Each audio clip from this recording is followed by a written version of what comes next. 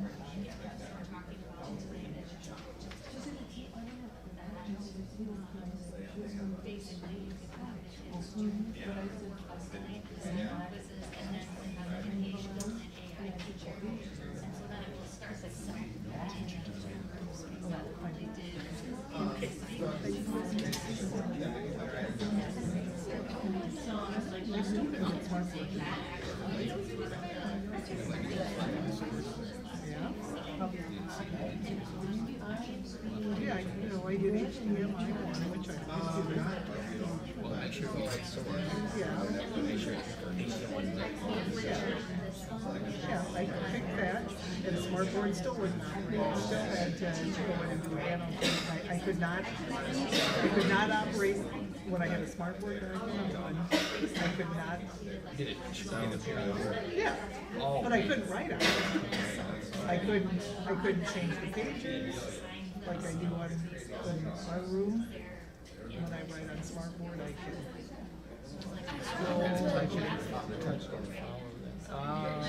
So anyway, I made it work with the annotate. I had to keep going annotate, close the annotate. So I'll show you. So like first period, I have three. What time does that run from? Like 8. I gotta be in Western till 9. I gotta be Western.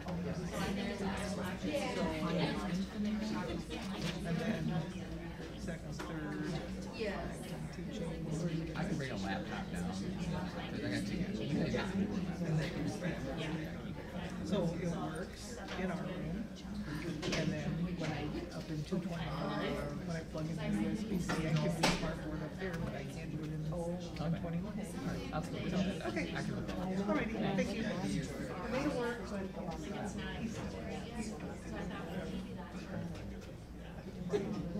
I'll be right on it. I moved. well, I don't need that. You did it today.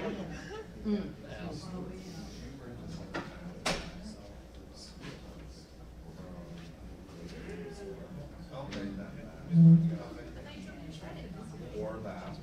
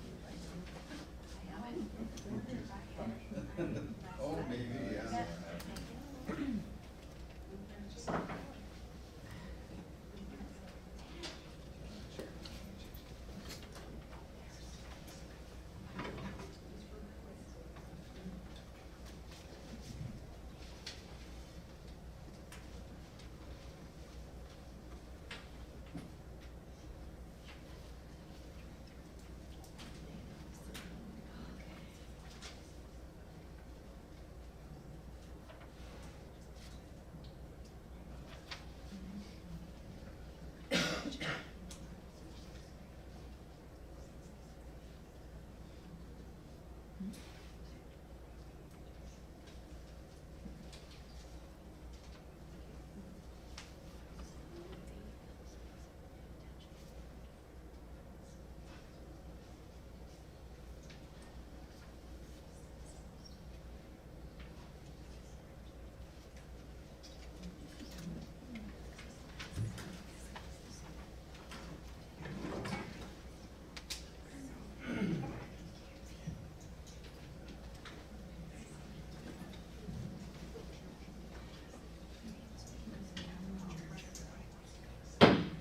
me to order. Please stand for a pledge. I pledge allegiance to the flag of the United States of America and to the republic for which it stands, one nation, under God, indivisible, with liberty and justice for all.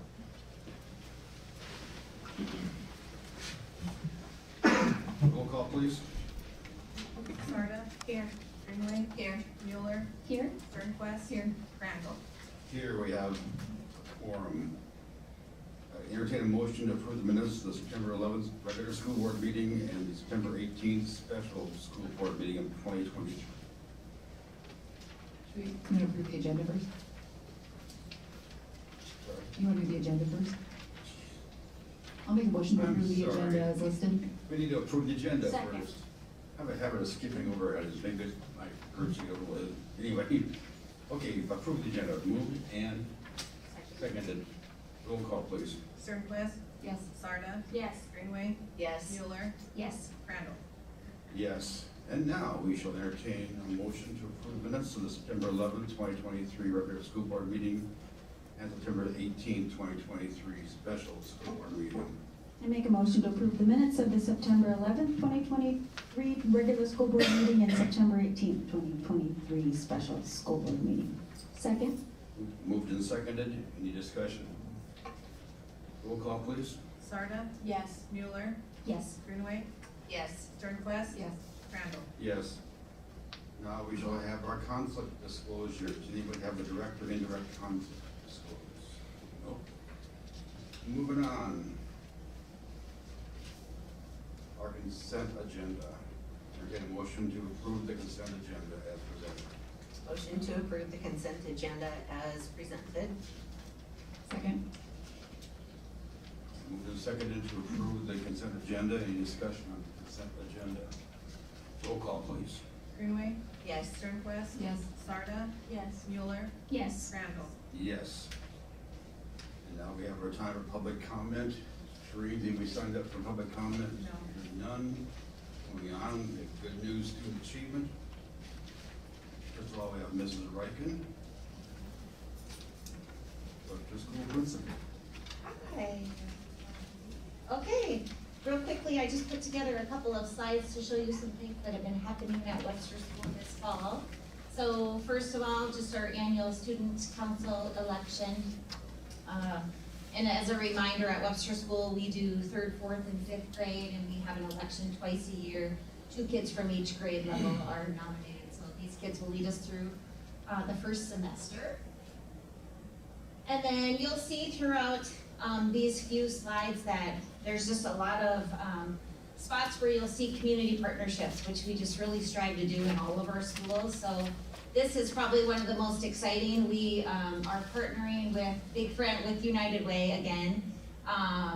Bailey Barger has just done a phenomenal job, and we actually are privileged enough to have 8 Big Friends in the building this year, and they meet with 1st through 5th graders that are referred from their teachers, and then parents, of course, agree to it. And these big friends come, they meet a minimum of 2 hours a month, and really, just a pretty emotional thing, because it means just about as much to the big friends as it does to the little friends. These are kids who just need that stable adult in their life. Oops, I'm still on the last one, sorry. Just that stable adult in their life that they know that they can rely on them, have fun with them, don't worry about schoolwork or academics, and just kind of be themselves. So we're really thankful for this. The next one is another community partnership with Lombardi University. So these are pictures of students in their education program. This was new to us this year.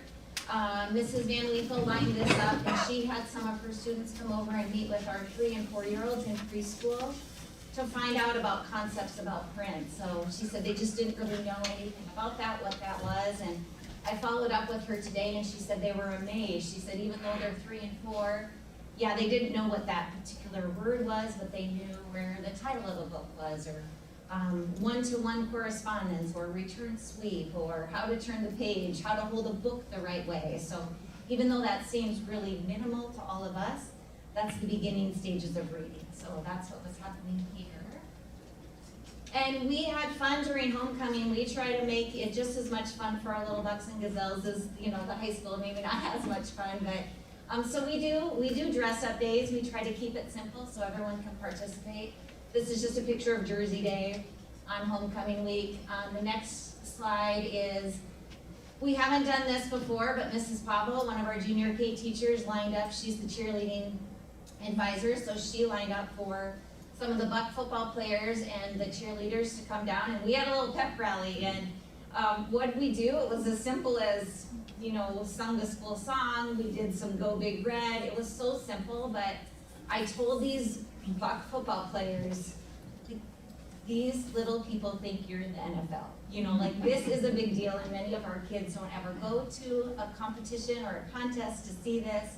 And same with the girls looking up to those cheerleaders, so it really meant a lot. Plus Bucky was there, and look at that second picture.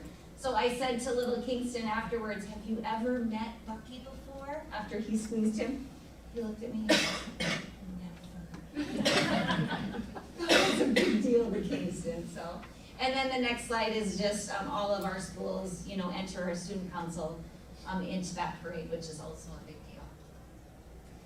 So this is an exciting slide Mr. Lucas and I are excited about. We are starting to transition and combine our staff, our kinder through 5th grade staff with Stewart School. So the MTSS grade level meetings, just knowing that that's coming up and giving them an opportunity to start working together. They're appreciative. We've been overwhelmed by how exciting that's been for especially the Webster teachers. They've been by themselves in that grade level, so the chance that they can speak with someone in their own grade level has been huge. In addition to data digs, I'm really thankful for our coaches and interventionists. Go ahead. And MTSS means what again? Oh, does that? Multi-tiered systems of support. Thank you. Which we started last year in the elementary buildings. Another community partnership, our 4th and 5th graders here are painting the plow. So we've been doing this for a handful of years, and it's fun. Like, look at their faces. It might not be perfect, which is okay, right? Because these are kids who are painting on, so you'll look for those, hopefully not too much this winter. But. And then another community partnership, Katie Doty at 4-H Extension. She is just started last week, a Lego Robotics Club. So I think we had a dozen kids sign up for that in 3rd, 4th, and 5th grade, and they meet after school. They program these Lego robots and, you know, can actually move them. And some of the kids want to know, how much does that cost? Can I buy that? And she says, oh, hundreds of dollars. She said, so we got to take care of them. And so it's just another good partnership. And then to end, I just, you know, note if anybody notices anything special about this. You know, we always do a staff photo, and I mean, you notice anything about this staff photo? If you live in Yankton, you should. Water depth, you're right. This is at the duck pond, right? And there's water there. So when you get a good photographer who can Photoshop, this is what it will look like one day. I just know it, but that was just our staff photo for back to school. So, questions or? Okay, thank you. I just had one. So the Big Friend, Little Friend, just as a reminder, we brought that in-house, and that was right before COVID, and then we had COVID, we had to stop, and then we brought it back last year. You're right. So the Big Friend, Little Friend program just noticed declining numbers. It was hard to, you know, match up Big Friends at weekend or night hours and Little Friends and the trust factor, and so United Way took it over. I think we started a year or two before COVID, obviously had to stop it for those 2 years, and she goes strong. She trains these individuals, and, you know, shout out to Rob Stevenson. I think he I think he recruited 9 big friends this year, just from First Dakota maybe, probably, and, you know, you'll see, we were even getting some younger people doing it, which is good, and I know Cody's got a couple of young ones at Stewart School, young professionals, so, you know, it's our hope that that our little friends are still in the buildings, that our big friends agree to come back year after year, just to form that relationship. Thanks, Melanie. Thank you. Ms. Monas.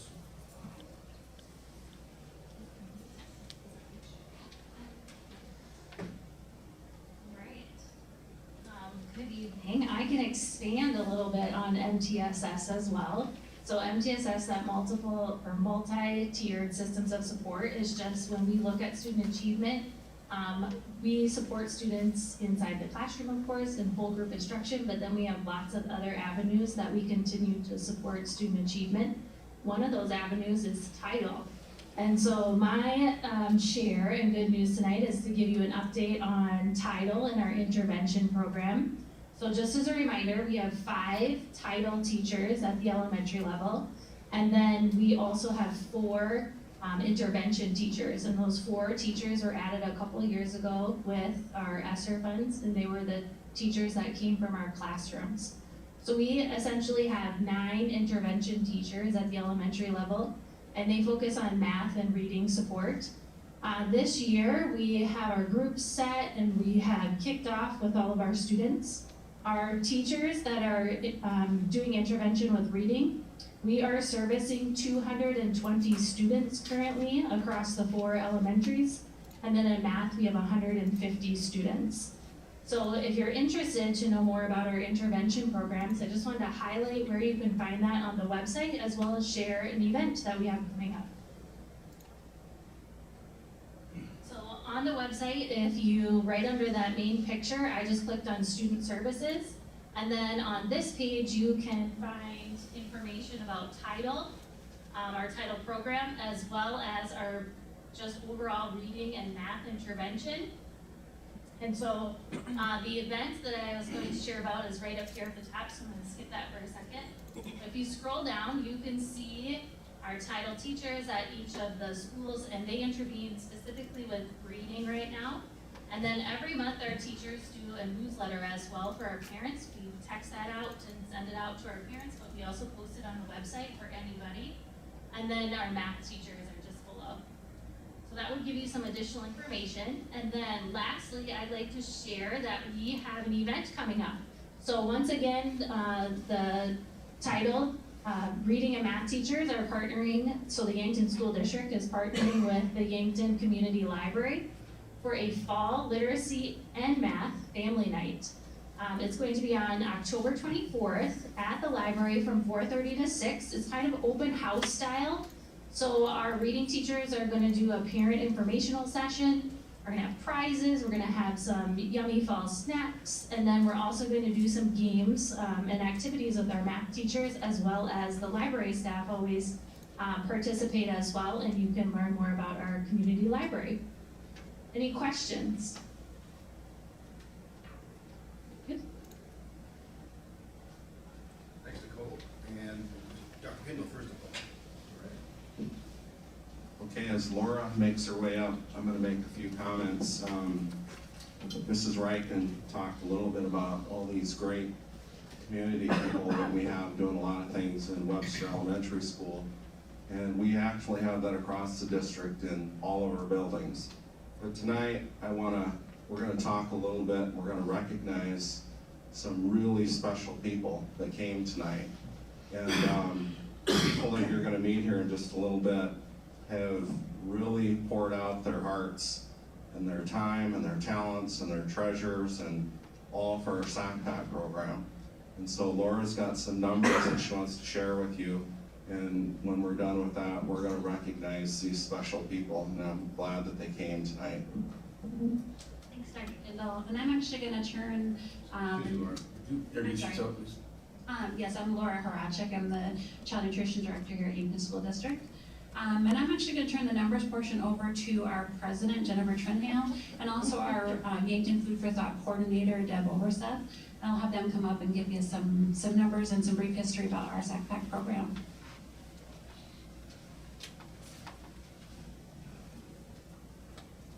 Good evening. My name is Jennifer Trenhill. I'm the recently appointed president for Yankton Food for Thought. I'm stepping into Carla Hummel's shoes. She was in that position for many years, so I'm going to rely on Deb.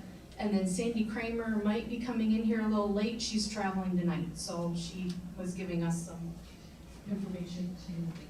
Oh, she's probably not going to make it. So, as Dr. Kindle said, began the partnership about 14 years ago is what I'm finding with my history research here, that it started with Webster School in the fall of 2009.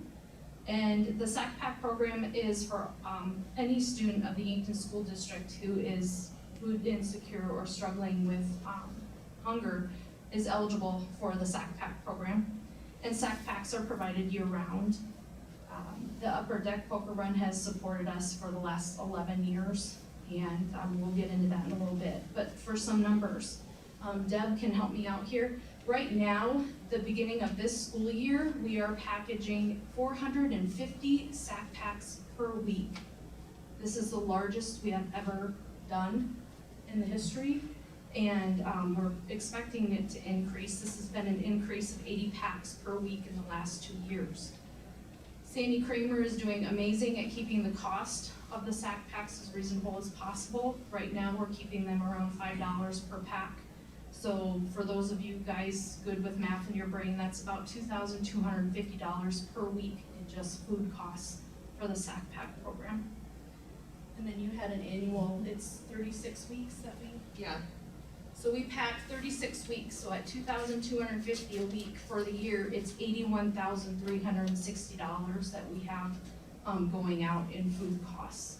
So that tells you the significant amount of dollars that is needed to run this program, and also the need that we see in the community, and that we, our goal is that no child goes hungry, because as we know, nutrition is very vital in learning. So the costs, as I said, Sandy's doing amazing on keeping it down, but the food costs have gone up 35% in the last couple of years. It's becoming a more of a struggle. We're doing our strategic planning and working on all of that. But the Upper Deck folks, Karen, and I see a large group is here, and without the support of them over the years, I don't think the Sack Pack program would be doing as well as it is. So we were doing our research, and Karen, you might know more, but from 2017, we were keeping better records because that's when we incorporated. Since 2017, they have donated over $200,000 to our program. And that's missing the COVID year. That is how vital this group has been to our program. So thank you to the Upper Deck and Karen and all you guys. And we want to give a shout out, of course, to our volunteers. We have 20 dedicated volunteers each week, and that doesn't include all of the community organizations and businesses in the community that come and pack for us every week. And also I want to give a shout out to Deb. She's helped get grants. She's sending letters to the community saying, please support us, please donate for our program and getting our information out. Our board, we have many board members here. They're very active. They are just great supports. So I'm very happy to be involved. And of course, to the school district, your partnership and support, and we want to help all of the kids that we can in your school district. Could you explain to us, please, what a student might find in a weekly Sack Pack? So I know there's fruit. We focus on, Laura and Deb, you might have more, but nutritious stuff, but things that kids can access easily without help. So I know Sandy tries to include a ready-to-heat meal, some snacks, definitely a fruit, breakfast items, shelf-stable milk. So we try to keep it all for $5. all for $5. And the thing that I'm hearing from Sandy too that we're working on is the access to the food, because you need 450 items. So how many do we put in a pack normally? 10 items? So you need 450 of 10 items each week, and trying to find that bulk item is being very difficult since COVID. If you were to reach out to the community, what kind of help, extra help could you ask for? At this time, food drives, that helps our pantry. As I was mentioning, the sack pack needs so many of certain items, like we can put peanut butters in, things like that. But I think, I don't know what Laura and Sandy would say, I would say just monetary donations at this point, because Sandy then is so resourceful in working with Laura in finding those items that we can get for the packs. And where does a person bring their food items, or where does a person make their donation? We're located on the south side of Calvary Baptist Church, where the old Walmart had the lawn and garden area. That's where we're located. And we do have a website. I'm sorry, I don't have that with me. We have a Facebook page, and you can message and coordinate with Deb on drop-offs, because Mrs. Fitzsimmons is there a lot with Sandy, and we have hours that we have people that can drop it off. Or if you message Deb, we can pick up donations too.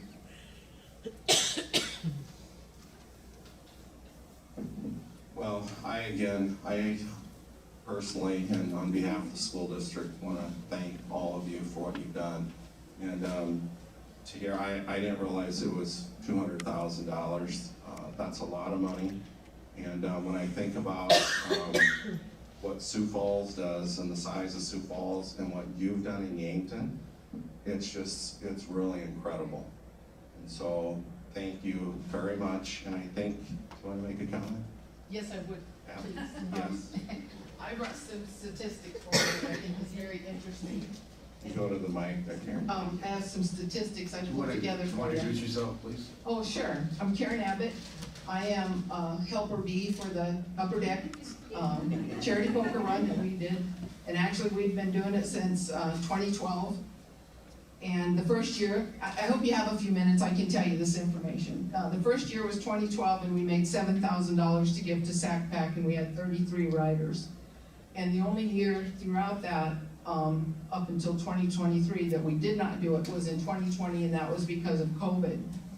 For a total overall of $350,000 to the Sack Pack program, and an estimate about $45,000 to some other agencies that helped us do it, and we supported them also in a way.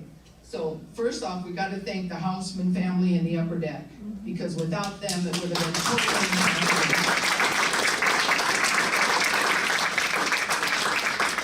Hanson Briggs Printing, from day one, they're the ones that helped us spread the word. And I want to tell you just a quick little story how this all started. I worked for a lot of different nonprofits here in Yankton over the years. And one night back in 2012, I got a phone call from my brother Jeff, and he said, we're thinking of doing a poker run for some charity, who should it be? And it was a no-brainer, because at that time it was 100% of volunteers did the Sack Pack program. And so I told him, we need to do the Sack Pack. So, okay, that's what we did. Chubbs, Jeff, and Matt Hansen, they were the ones that were having the beverages and thought this was a great idea. So they're the ones that started this whole thing that we do. So, and then also Lee and Cherry Whitmire with, I always say country because they're so great. It's County Road Auction Services out of Tyndall, South Dakota. They have supported us, and I always tell people this, if he's one of those guys that could sell snow to the Eskimos. My dad used to say that. And he has done a hell of a job, because over the years, we have increased exponentially. Can't say that word, in speech impediment. But we've grown every year since we started. And we're glad to do it. Thank you. Very good. Will you please stand if you're part of the Sack Pack program?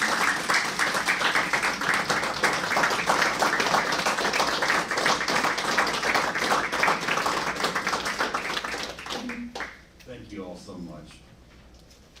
update from Trailhead Learning Center, and we have Brett here with honors, I believe, along with Mark. Yeah. Mark, come in. Good evening, everyone. Just give you guys a little update of where we are. I don't know how many people in the community have seen this map.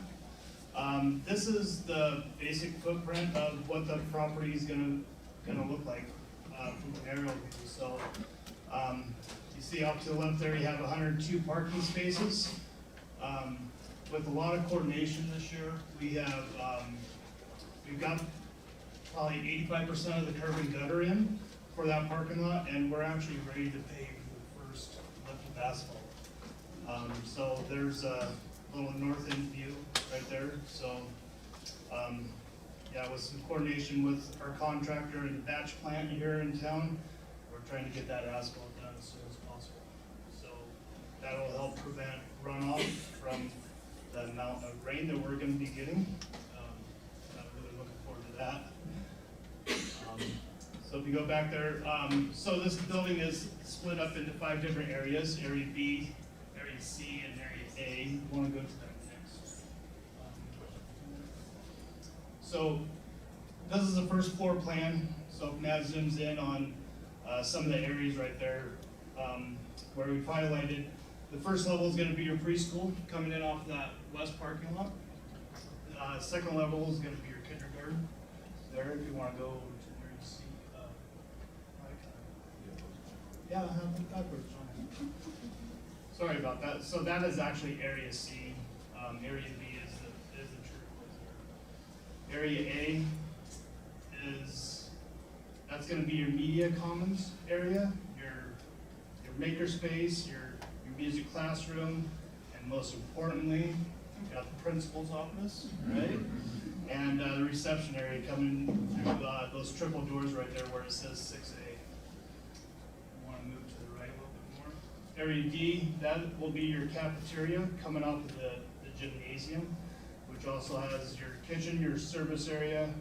You're going to have a cooler and freezer, mechanical, and right there where Matt is kind of moving his cursor back around, that's going to be a loading dock. So that's going to be depressed into the ground where trucks will be able to back down the depressed ramp and offload trucks, and so you're not having to take stuff, put it on your shoulder, put it on your back, and bring it on in. Gymnasium, that's going to be precast wall panel. So, gym, that precast wall panels are 12 inches thick. So you have, on the inside, you have 6 inches of concrete, 3 inches of insulation, and then another 3 inches of the outside looking face.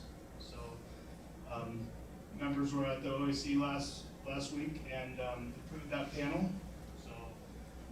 Gonna be getting those into production, and we should start erecting the precast panels just right after Christmas. So Merry Christmas.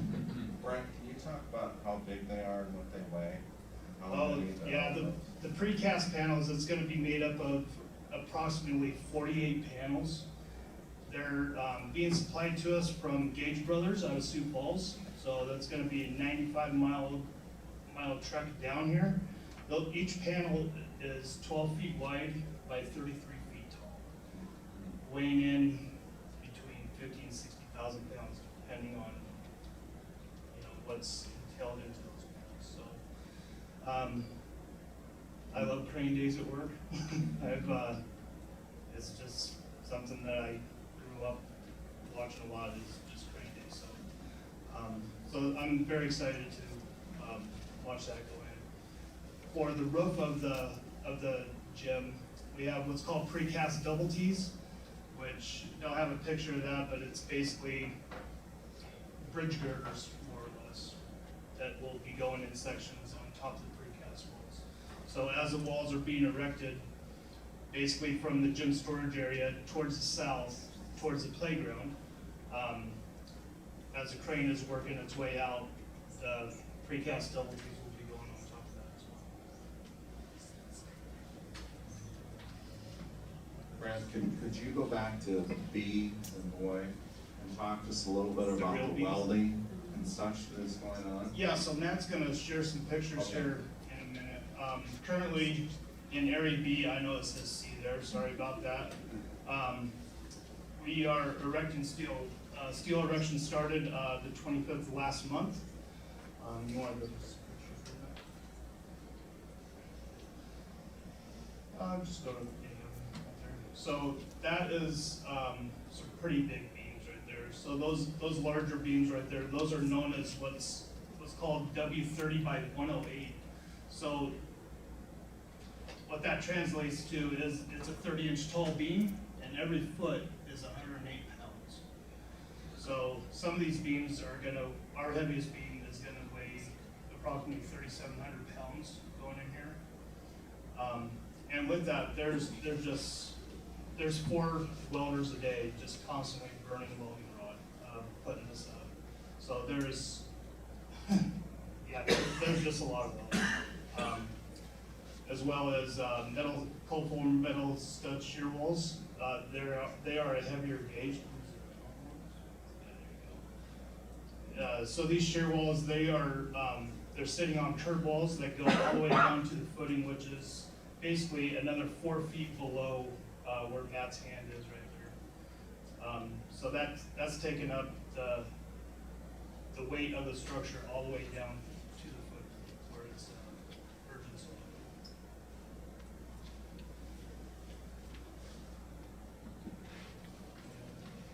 So this is another view. As you can see in the foreground right there, what's formed up right there, that's gonna be the elevator. Trying to get concrete this week to pour that.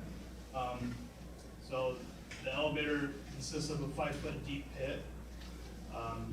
Once those forms are stripped off, since we are below what the design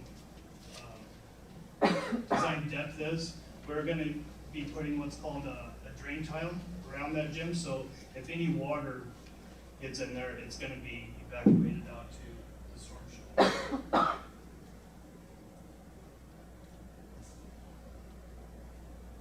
So yeah, that's where we're at. Coming up, we're towards the end of the month, we are going to pour an elevated deck on top of Area B, right there. So what's Matt's cursor is going across there, those are called bar joists, and that's what will support the metal decking, and there will be a 5.5-inch slab going on top of that with some more wall framing going on top of that. Any questions?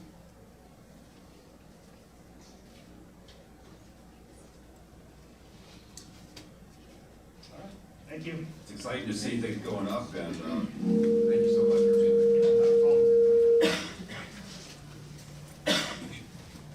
Thank you. Curriculum and technology spotlight. Hold on.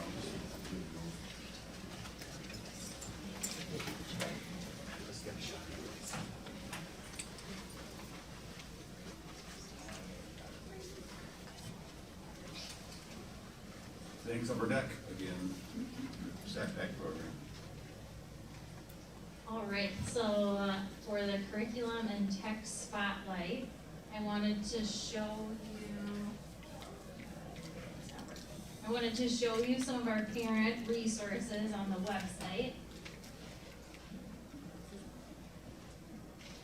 I'll try this.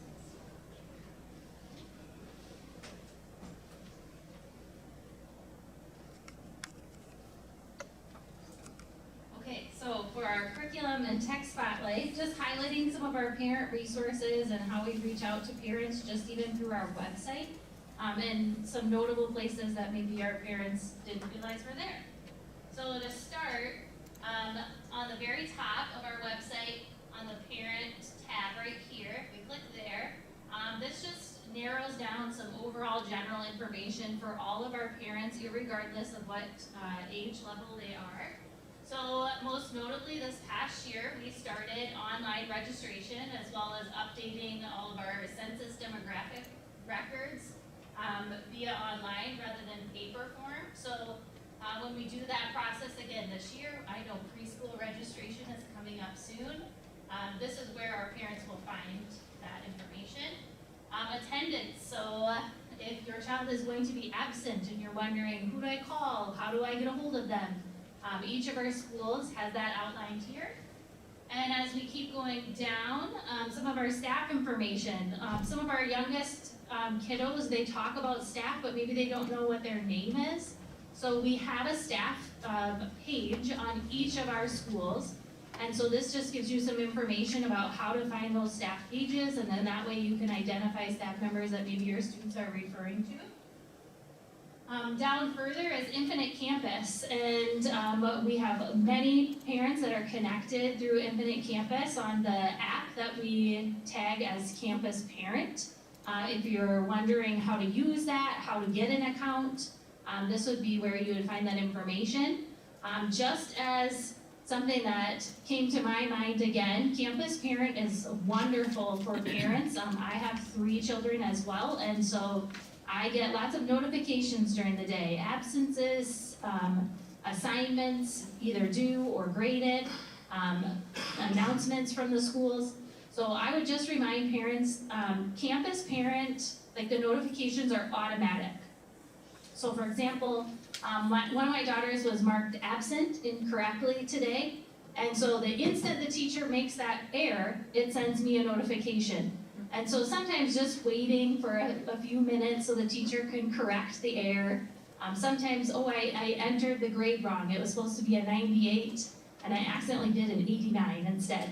So just so you know, Infinite Campus is automatic. Whenever a teacher does something, it automatically sends that notification to parents. So it's a good reminder for me as a parent to just wait, and the teacher made the correction within just a minute or two.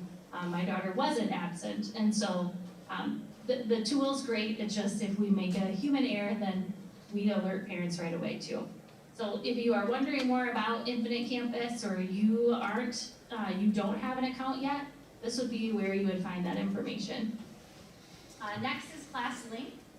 I personally love ClassLink. It has helped our efficiency with teachers as well as myself in my role. And so ClassLink, if you're wondering more about ClassLink and why our students use ClassLink, or maybe they're trying to get on at home because they need to get to an app or a certain assignment, this would give you some information there. And then Dakota Dreams Online Tutoring is a free tutoring, it's online free tutoring, and this would give you all the information to sign up your student to be able to use that service. Then the last couple things, if you are wondering more about our technology department, or booster club, or driver's ed, that's also on this page too. A couple other pages I would highlight is every school has a principal's page, a counselor's page, and you can find your school counselors, you can find registration information. So please visit our website. This is one of our tools that we use to connect with our parents. Any questions? All right, thank you.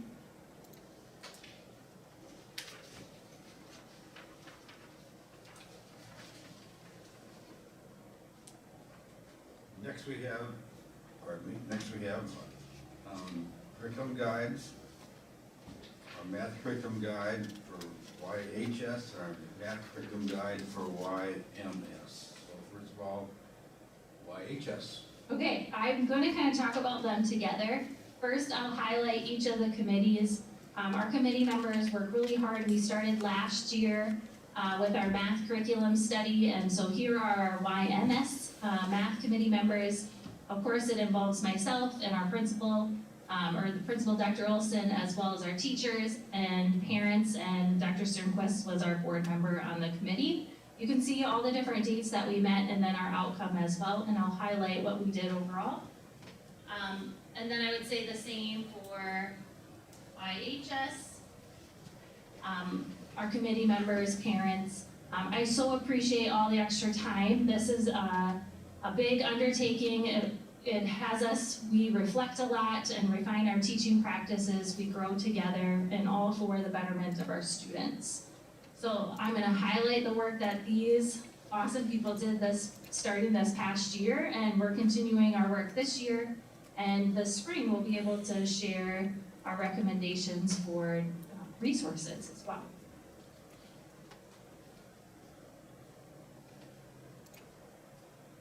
So first, our first goal is always to put together and update our curriculum guide. So the standards in our curriculum guide were approved at the state level in 2018, so those are the ones that are listed.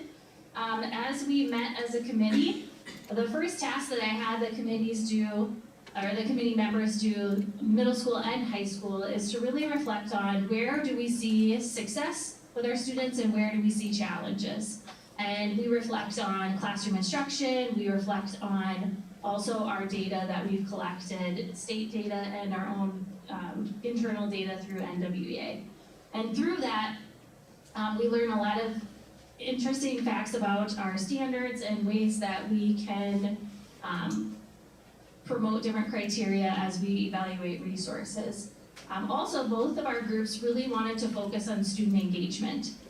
We've noticed that kids at the middle school, high school age are starting to come out with the statement of, I'm just not good at math, or I'm not a math person. And we really wanted to overcome that. We think all students are good at math, and we want all students to see themselves as mathematicians so that they can persevere through hard tasks and problem solving. So that was our focus, is that student engagement. While we narrowed down our focus to, well, what can we do as teachers to promote student engagement, we dove into our standards. And one of the things that I would highlight on our curriculum guide is that we really tried to make this a working document for a variety of users. So our parents can open this up and they can be better connected with what are my students learning as a 6th grader in math, or in Algebra 1 as an 8th grader or a high school student. And so we want the document to be user-friendly, to our parents, as well as our new staff that come in. What is math like in the Yankton School District? So as I scroll through, both curriculum guides have a similar structure.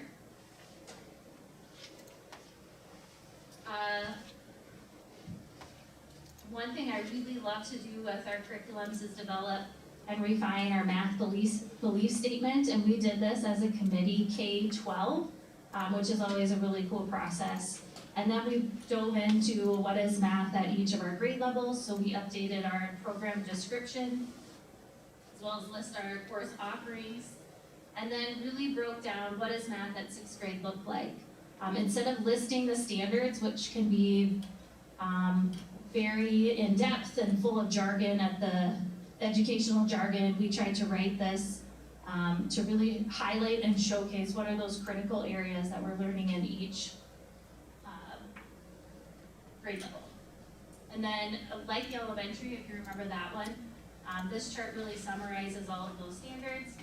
And then at the middle school, high school level, then they start to break into what are our goals, and then how are we meeting all of those standards. So it really just breaks it down into more friendly language and gives you more of a checklist understanding of the concepts in math.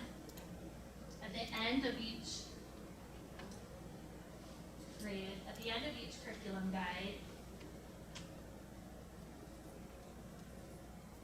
another reflection area that we did as a committee was to look at what are our instructional strategies that we're doing to promote that student engagement.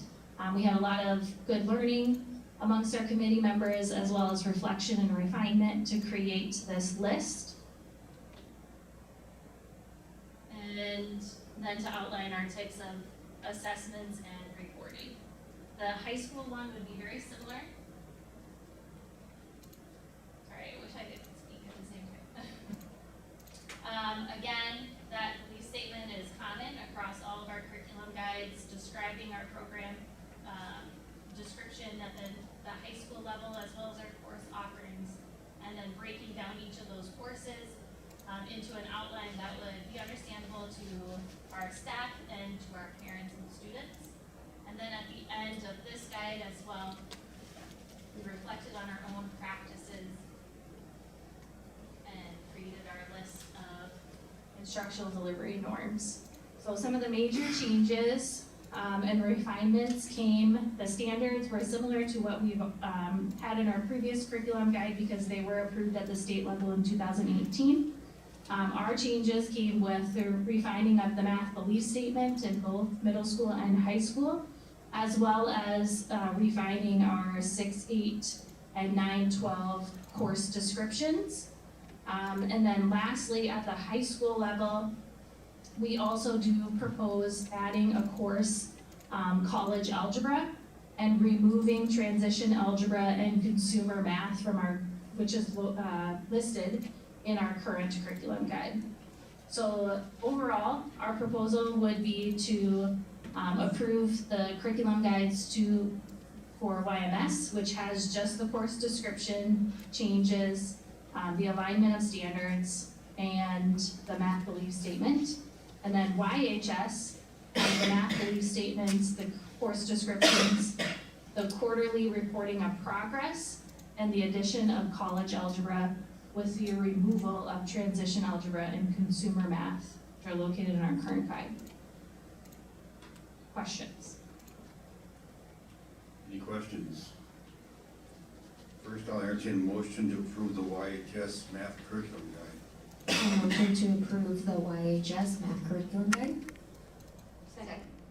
Moved and seconded. Any further discussion? Roll call, please.